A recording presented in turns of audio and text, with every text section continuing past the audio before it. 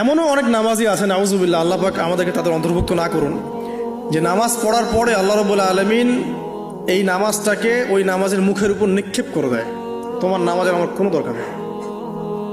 আল্লাহ পাক আমাদেরকে হেফাজত করুন। ধীর স্থিরভাবে পড়েন, রিল্যাক্সে, তারা আর কিচ্ছু নাই। ওমা খালাকতুল জিন্না ওয়াল ইনসা ইল্লা লিয়াবুদুন, শুধুমাত্র আল্লাহর ইবাদত করার জন্যই তো পৃথিবীতে এসেছি। হোক না দোকানটা 5টা মিনিট পরে খুললে কি হবে? হ্যাঁ, জমিতে যান, জমিতে আধা ঘন্টা পরে গেলে কি হবে? যে আল্লাহ পাক আপনাকে বাঁচিয়ে রাখতে পারেন, সে আল্লাহ পাক আল্লাহর পথে সময় দিলে আপনাকে অফুরন্ত রিজিকও তো দিতে পারেন, পারেন না? আপনি আল্লাহর হয়ে যান, বাকি সব আল্লাহ আপনার দায়িত্ব নিয়ে নেবেন ইনশাআল্লাহ। আপনি নিজে আল্লাহর হয়ে যান, আপনার সব কিছু দায়িত্ব কে নিয়ে নেবে? আল্লাহ নিয়ে নেবে।